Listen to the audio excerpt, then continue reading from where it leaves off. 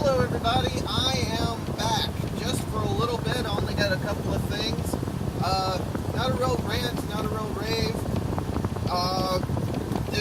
I'm a player of Pokemon Go, as I think millions of people are. The most downloaded game in Google Play history. I got a couple of tips for it. One of them I've seen in a couple of different places and I just wanted to pass it on.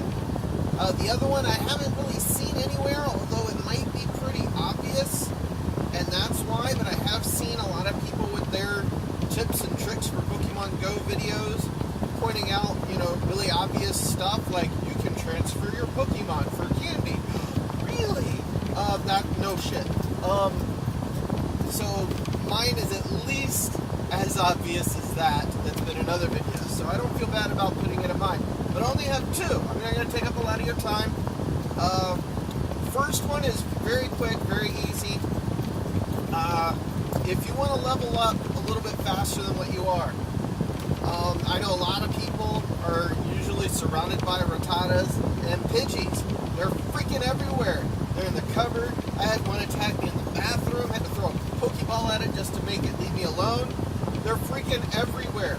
Some people are catching them just so they can collect the Stardust, so they can power up the Pokemon they actually want. But, they don't want to keep them in their storage because we have limited storage, so then they transfer them. Now they got all this Rattata and Pidgey candy all over the place. Now it's filling up the cupboards and waste bins and stuff. You can't get rid of it. It's just there. And what do I do with it? Well, a lot of people have already figured this out. But it's something that I started to do, and I noticed it's a really good way to get some extra experience points for almost free. Evolve your Rattata. If they're everywhere, you've got a Rattata. By now you've probably got Eradicate because you've evolved it once. And you just keep catching those Rattata, you keep catching those Pidgey because you want the Stardust so you can power up your other Pokemon. Well, you have all that candy. So you catch a Rattata, you get candy for that, you get Stardust for that, evolve them.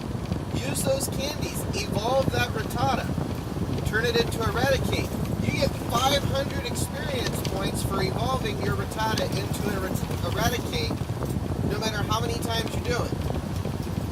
I was sitting there surrounded by 3 Rattatas.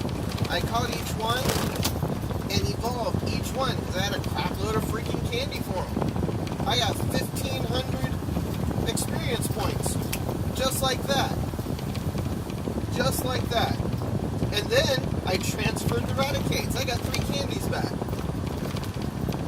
So that's one little tip, something you can do if you have a lot of Pokeballs or you're surrounded by stops. You easily get a lot of Pokeballs. That's one way to level yourself up so you can start catching Pokemon at a higher CP level. Pokemon that are a little bit more rare. Start getting those extra balls, the Master Balls and whatnot. It's one quick way to level up. So that's tip number 1. The other one I've seen a couple of different places, but talking to my friends and whatnot, they weren't aware of it, so I wanted to pass it along on my video. And it's Google Maps and its interaction with Pokemon Go. Some people, they don't even, they just download a game and they play it. They don't look into stuff. They don't know Pokemon Go uses Google Maps for its GPS navigation. When you're, running around town and it's, putting you in your town virtually, it's using Google Maps. It's just putting a new skin on Google Maps, which is great. But that's what it's doing. So if you download or if you open up the app Google Maps on your phone or whatever device you use Pokemon Go with, open up Google Maps. Whatever area you're in the most, like say, let's see, I'm in Florida, so like Orange County. Say you're in Orlando, Orange County, right? Download under offline files, download the map for Orange County for offline use, right? The idea being if you can't get a signal, your phone would still have the map on it, downloaded downloaded into the memory, you'd still be able to navigate, even if you don't have a Wi-Fi or 4G signal. Well, it helps Pokemon Go since it uses Google Maps. If you download the map for the area you're in, it does take memory on your phone and it does use data. So I would only recommend downloading the map over Wi-Fi. But once you have it in, it's locked in, and then you play Pokemon Go. You turn Pokemon Go on, and it is running off of your downloaded map. It doesn't have to process the map continuously as you're running around town. So it makes it load a lot faster. You know how you see the little Pokeball spinning in the top left-hand corner because it's constantly refreshing your map? It doesn't have to do that. I turned it on. I saw that little Pokeball pop up. Didn't see it again for a while. I didn't keep track of exactly how long. Besides, I think it would change per phone, so it wouldn't be helpful information for you anyways. But it really helps. The game loads faster. It runs a lot smoother.